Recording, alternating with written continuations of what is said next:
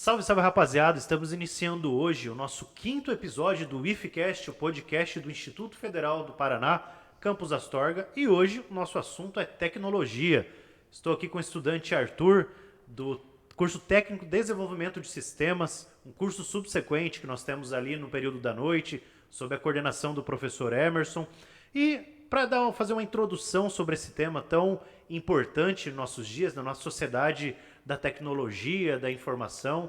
Hoje nós vivemos, né, Arthur, uma transição do mundo industrial para o mundo digital. Muitos teóricos falam do conceito da indústria 4.0, ou seja, desse mundo tecnológico, a quarta revolução industrial, que nos brinda com os processos de automação, robótica, esse mundo nas nuvens que cada vez mais se prolifera.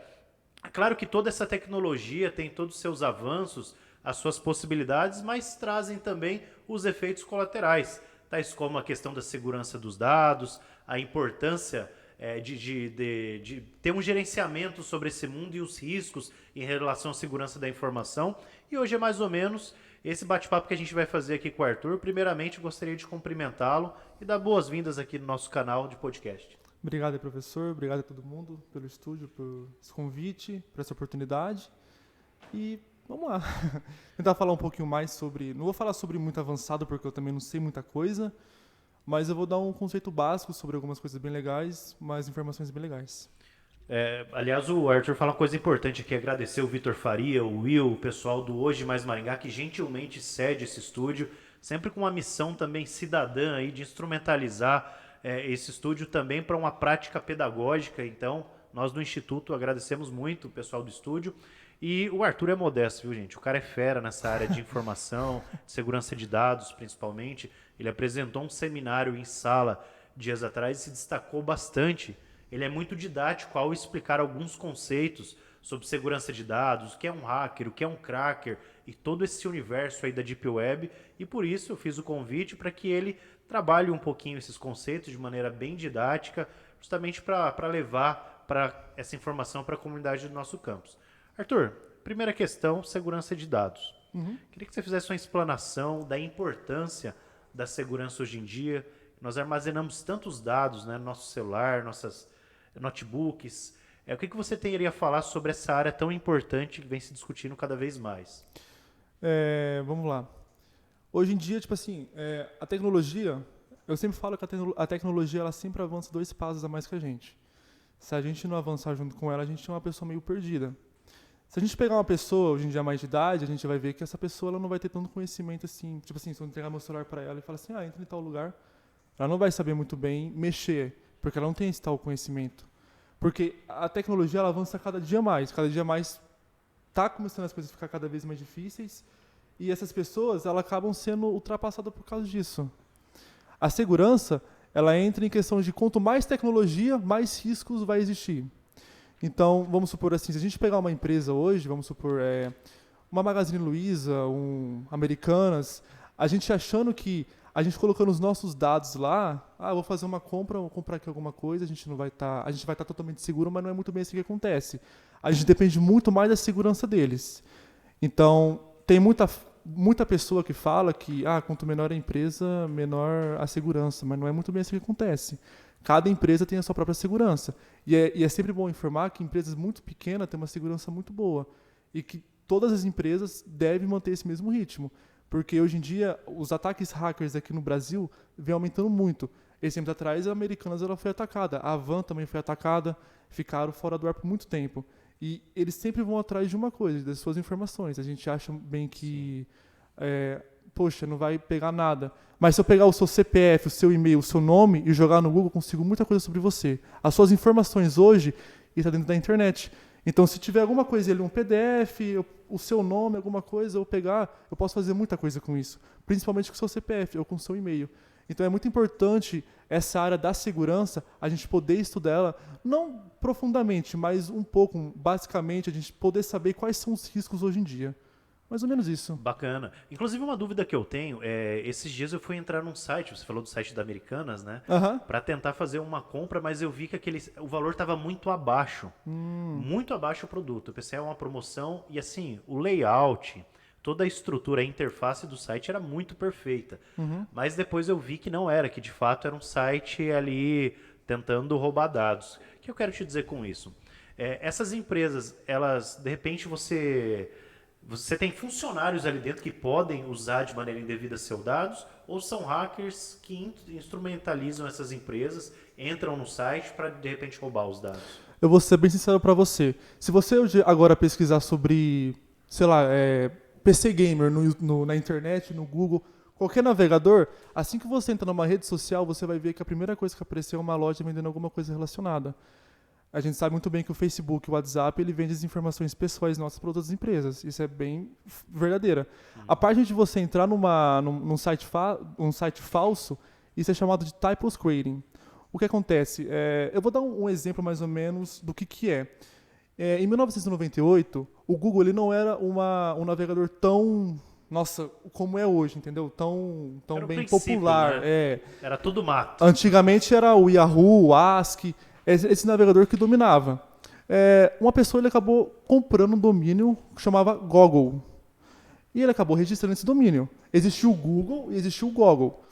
E o Google estava crescendo ali, normal, só que ele não era aquele navegador mais utilizado. O que acontece, quando ele começou a se destacar, essa pessoa que teve o domínio Goggle, ela começou a colocar muitas informações, como eu posso dizer, chamadas de driver by download. São vírus dentro dessa página. Isso seria mais ou menos erro de digitação. Quando você vai pesquisar alguma coisa no Google, você acaba cometendo algum erro de digitação, você pode acabar caindo num site muito perigoso. Entendeu? Isso é a tática de Cybersquaring. A tática de Cybersquaring, ela é um pouco... E aí também não baixar qualquer sistema, qualquer jogo. O que você diria em relação a isso? Sobre antivírus, vamos lá. Eu não posso, falar... Hoje em dia a gente tem muito antivírus no mercado. Primeiramente, a gente já tinha até listado aqui algumas coisinhas. Explica de maneira didática, assim, para quem nos assiste, o que seria o vírus e o antivírus, já que a gente entrou nessa temática, tá? Fica mais didático para quem nos ouve. O vírus, ele é como eu posso dizer, todo vírus ele é um malware e todo malware ele é um vírus. O malware, ele seria um arquivo malicioso ou mal intencionado que ele tem a funcionalidade de fazer cópia de si. Ou seja, ele vai fazer o quê? Ele vai poder estragar os seus sistemas. Dentro do malware, ele pode incluir várias coisas. Ele pode incluir uma botnet, ele pode incluir um keylogger, ele pode incluir um spyware, um trojan. Então, ele é como eu posso dizer para você, ele é uma categoria de vários software mal intencionado. O antivírus, bom, ele está ali no nosso computador para que isso não aconteça, para que a gente não pegue isso. É importante eu falar para você que o antivírus ele é uma ferramenta muito importante no nosso computador. É sempre bom a gente... Não precisa você ter o melhor antivírus no mercado, essas coisas... Eu falo muito que é do usuário, né? Se você não mexe em nada, você não precisa ter muita coisa.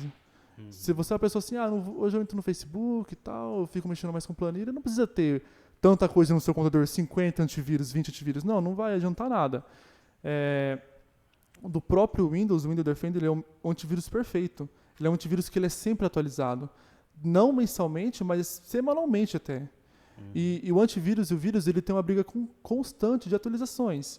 Se você pegar o Malwarebyte, que é um site de vírus, você vai ver todo o código-fonte dele, de como ele funciona, e o que ele fez para poder burlar cada antivírus. E o que o antivírus faz? Ele pega isso, ele vê qual que é a falha do antivírus, e ele acaba atualizando para que isso não aconteça. Então, por isso que tem aquelas atualizações chatas do Windows, todo mundo fala. Às vezes pode ser o antivírus atualizando. A parte de vírus, de antivírus que eu possa recomendar, essas coisas, eu falo, mas é por causa do usuário. Eu não posso falar assim, eu considero, baixa esse aqui que isso aqui vai resolver todos os seus problemas. Não. Se você é uma pessoa que como eu falo para você, navega muito pela internet, até em coisas perigosas, como Deep Web, essas coisas, é importante sim você ter uma certa proteção. Você tem que ter uma certa proteção e um certo conhecimento. Agora, se você é uma pessoa tranquila, que está ali na Surface Web, ali tranquilo, mexe ali no Facebook, não tem nada, baixa algumas coisinhas ali, uma coisinha lá, não precisa ter muita coisa. Entendeu? Entendi. Você está falando de um conceito, o malware, né? Então é um conceito até maniqueísta, que existe vírus maus, invasivos e existem também formas de proteção. Da mesma forma, existe o hacker e o cracker. E nós estamos nos aproximando, Arthur, e quem nos assiste, do período eleitoral, E se aventou muito nos últimos dias, nos últimos tempos, uma narrativa de que eventualmente a urna eletrônica não era segura. Mas nós sabemos, e a Justiça Eleitoral tem informado e difundido muito a informação em relação a dados, de que a urna não é conectada à internet. Isso. Primeiramente, ela tem uma zerésima, tem todo... Aliás, o nosso modelo eleitoral ele é extremamente seguro. Só que em 2018 nós tivemos uma tentativa de invasão ao site da Justiça Eleitoral, o que acabou atrasando um pouco a apuração, mas não houve dano algum. E nesse sentido, eu queria perguntar para você essa diferença entre o hacker e o cracker, que existe aquele que quer de fato ter uma intenção ruim para danificar um sistema, e existe aquele que quer proteger, que quer contra-atacar essas supostas ameaças, né? A diferença do cracker e do hacker. O hacker, ele é um termo usado, criado para diferenciar aquela pessoa que tem um certo conhecimento, quer dizer, um autoconhecimento sobre informática. Esse é o termo. O cracker, se eu não me engano, ele foi criado em 89 por hackers para diferenciar aquela pessoa que ele tem um certo conhecimento, só que ele não usa isso para os bens das empresas, ou seja, hoje em dia não existe mais muito bem esse termo hacker ou cracker. Hoje em dia a gente tem uns termos hats, que é o black hat, o white hat e o grey hat. Black Eu vou hat. explicar. Essa parte é mais para programação, é a parte mais de pentest. Mas o white hat é aquela pessoa que tem um certo conhecimento, ele é o hacker da história, ele tem um conhecimento e ele usa o seu conhecimento para poder ajudar algumas empresas. Vamos supor assim, se ele entra no site, ele vê uma vulnerabilidade, ele vê alguma coisa, ele vai estar ali ajudando a empresa, fala assim, ó, aqui tem uma coisinha aqui, ó, tem uma falha aqui, eu vou ajudar vocês e tal. O black hat, ele já é o contrário. Ele vai usar essa falha para si próprio. Chantagem, roubo de informação, roubo de dados. O grey hat, ele já é os dois. Ele pode fazer tanto pro bem... Só uma pausa, pessoal. Tinha que ressignificar esse conceito de branco e preto. Branco tudo que é bom e negro que é ruim, mas enfim, eu entendi como é que se denomina, né? Mas eu entendi o que você quis dizer. Só fazendo essa pequena reparação. Mas o grey hat, ele já é um pouco dos dois. Eu posso usar as minhas habilidades, o meu conhecimento, tanto para fazer o bem quanto para fazer o mal. Entendi. Aliás, muitas empresas contratam hackers, pessoas com alta capacidade para, de fato, proteger os seus sistemas. Sim, não é isso entra um pouco de pentest. Pentest é um teste de intrusão. É um teste de vulnerabilidade. As empresas elas contratam você para, vamos supor assim, eu sou dono da PayPal. Eu falo assim, eu quero contratar um certo número de pessoas que tenham alto conhecimento sobre isso para ver se consegue achar uma vulnerabilidade dentro do meu site. Muito disso usam muito bug bounty para isso. Existe site de bug bounty onde você entra, vai estar lá a empresa da PayPal, a empresa tal XX, que fala assim, eu quero que você ache um erro aqui, alguma vulnerabilidade no banco de dados. Você só pode mexer nisso. E você acaba sendo recomendado por isso. Hoje em dia, a parte do bug bounty, ele tem crescendo muito no Brasil, porque ele não é uma coisa tão difícil de mexer. Entendeu? Sim. Mas você também não pode sair em qualquer site, você ter aprendido a praticar o bug bounty, sair em qualquer site, qualquer empresa, e vasculhando, né, o banco de dados, o site, isso é crime, isso não pode. Entendi. E como é que está a legislação em relação a isso? Você tem acompanhado essa questão? Muito não. Crimes virtuais e eu sei que não pode, né, é crime, tais coisas, mas eu não vou saber o artigo, essas coisas, eu vou estar meio tranquilo. por fora. Até porque a gente ia falar da Deep Web, que a Deep Web é esse porão da internet. É ali onde você tem todo um comércio ilegal e também a vinculação de conteúdos extremistas e uma série de outros elementos, a articulação de ataques terroristas. O que seria a Deep Web, Arthur? Eu vou falar para mais ou menos onde o começo de tudo da Deep Web. A Deep Web ela surgiu bem ali nos anos 2000, mais ou menos, com um único intuito. Antigamente a internet ela estava crescendo, ela tinha acabado de criar a internet, né? Ela estava caminhando direito, e as pessoas elas costumavam colocar muitas informações dentro da internet. O intuito não era retirar a informação, era colocar. Isso era o mundo inteiro fazer isso dentro da internet. Colocava informações, colocava. Então, a gente manda para e-mails, arquivos que a gente quer guardar. Isso, mais ou menos isso. Em nuvem. Então a Deep Web, ela não era o nome Deep Web, era um outro nome, mas o único intuito dentro dela era colocar informações dentro da internet, desses servidores, cada vez mais colocando. É por isso que as pessoas falam que a Deep Web ela é uma biblioteca do mundo. Como se você já viu o termo, né? A pesquisa do Google, né, o número de pesquisas do Google não dá nem 1% na internet, porque a Deep Web tem muita coisa. Caramba. A Deep Web não é tudo isso também que as pessoas falam. Tá? Não existe, como é uma coisa que é muito conto de fadas, existem muitos mitos, existem muitas fábulas, né, que criam ali dentro para creepypasta, né, para poder repercutir. Mas não é tudo isso não, existe sim coisas pesadas ali dentro, mas também tem muita coisa que às vezes você não deve acreditar. O funcionamento dela é bem simples. Vamos começar assim pela Surface. Quando a gente cita o iceberg, é o melhor exemplo que a gente pode dar da Deep Web é o iceberg. E a gente tem a Surface Web. A Surface Web é a ponta do iceberg. É o navegador padrão. O Google, o Yahoo, o ASCII, são esses buscadores que estão hoje em dia na internet. Se eu pegar meu celular e abrir o Google, eu vou conseguir pesquisar tudo que tem aqui dentro dele. Tudo no servidor dele. Tudo que ele achar eu vou conseguir pegar. A Deep Web ela já é um pouco diferente. A Deep Web ela já é um pouco fechada. Para mim poder acessar ela, eu vou ter... Não é um certo trabalho, mas eu vou ter algumas ferramentas específicas para isso. Porque ela mexe muito com a parte do anonimato. Vamos supor assim, se eu entrar hoje no YouTube, eu vou entrar no YouTube, é a mesma coisa de eu estar ligando para o YouTube e estar perguntando, alô YouTube, eu quero um tal vídeo do IFCash. Esse vídeo, eu vou entrar em contato com o servidor dele, esse servidor ele vai passando de cada servidor para servidor até chegar em mim. O servidor ele vai saber quem está pedindo e para onde mandar. A Deep Web ela é um pouco diferente. Se eu for pedir alguma coisa, entrar em algum lugar da Deep Web, eu vou passar por vários lugares. É por isso que a Polícia Federal mesmo sempre está ali trabalhando porque existem crimes, né, pesados dentro. Eu não vou falar, né, porque existe muito crime pesado e é por isso que é um pouco difícil a Polícia Federal acabar achando essas pessoas. Porque para você poder rastrear elas, é muito complicado. Você não sabe necessariamente de onde veio. Você não sabe de onde veio. Então, se a Deep Web, para você poder navegar dentro dela, é uma coisa um pouco complicada. Você tem que entender, porque para você entrar lá dentro, você tem que ter uma razão e um motivo. Você não pode entrar lá, baixar qualquer coisa, não. Ali é uma pescaria. Ali, se você for leigo e baixar qualquer coisa, já era. Tem pessoas específicas ali só para pegar você. Um leiguinho acabou de entrar, pronto. É muito complicado. Então ali, é um campo minado. O pessoal tem um que ter campo cuidado, minado. sobretudo os jovens aí que gostam. Tem essa mística, né, de Deep Web, que é um território, um pântano ali da internet meio sem lei, onde as pessoas acabam cometendo crimes, né? Claro que não é só isso, mas tem esse mundo também que é utilizado, né? Da criminalidade, Sim. pedofilia e uma série de outras questões. Para você poder acessar a Deep Web, você tem que ter uma rede chamada Tor. Essa Tor ela é uma rede específica, como se fosse um Google, um buscador. Só que ela mexe muito com a parte do anonimato. Anonimato 100%. E eu não sei se você já viu algum link da Deep Web, várias letras, vários números embaraçados, .onion. O onion, ele vem de cebola. O que cebola tem a ver mais ou menos com anonimato? A cebola, ela possui camadas.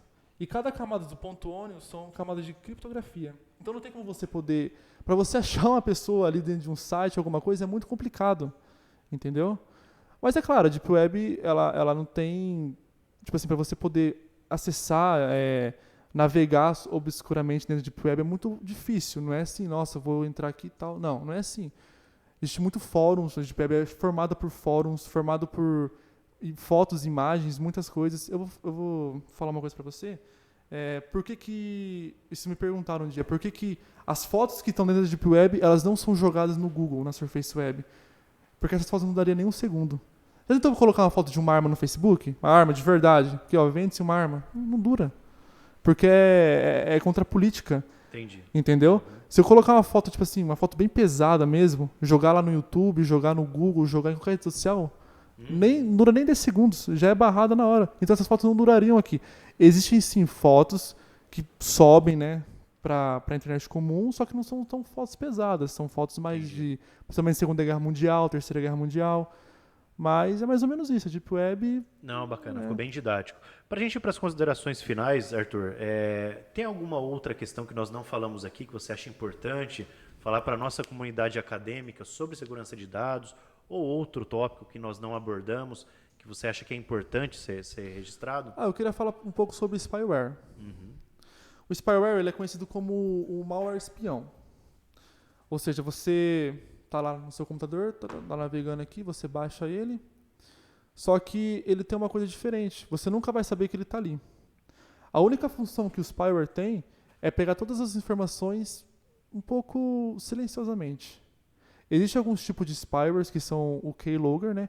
Que tudo que você está digitando tá tudo sendo registrado. Vamos supor assim, se você trabalha numa empresa e você pegou um keylogger e você vai estar lá, você tem que estar no login diário. Vou entrar aqui no portal aqui de uma empresa, tal. Usuário, senha, tudo que você digita tá tudo sendo registrado e mandando para essa pessoa que te enviou. E tem o CryptoLogger, se eu não me engano, que é a parte do mouse, né? Que tudo que você clica, ele acaba tirando uma print, ele acaba registrando. Então é mais ou menos isso. Não, muito legal você falar isso pra gente finalizar, que esses dias eu trabalhava dentro da sala de aula em Informática e Sociedade, e eu trabalhei um texto com os estudantes que a maior riqueza do século XXI será a informação e o manuseio dela, será o petróleo da globalização do mundo informatizado. Tanto esse manuseio, o que se coleta de informações em relação a nós, quanto ao seu tratamento. Né? Imagina aí o Google, com a quantidade de informações que o Google não trabalha, os aplicativos, Uber, as grandes empresas. Então, todo esse manuseio também é importante, até para quê, né, Arthur? A gente, essa questão de, nós falamos algo aqui e de repente, né, vem um anúncio para nós. Ou seja, é uma informação que de alguma forma nós liberamos para um aplicativo. Parece que as redes nos conhecem muito melhor do que a gente acha que elas nos conhecem de fato, porque nós fornecemos também informações de alguma forma, mesmo que a gente não perceba, através de autorizações, de digitações que nós fazemos. Então, acho que esse assunto que você traz para nós é de suma importância para a proteção de dados, fraudes e uma série de questões da privacidade mesmo da vida virtual. Arthur, então é isso. Agradeço muito a sua presença aqui. Já era alguns dias, né, que nós estamos planejando, acabava que não dava certo. Então, faça suas considerações finais, então. Obrigado a todo mundo do estúdio. Obrigado aí para quem está assistindo. Obrigado, Joel, por ter me convidado. Isso aí, pessoal. Então, hoje é nosso 5º episódio do IFCast sobre segurança de dados. Valeu para quem acompanhou até aqui e até a próxima.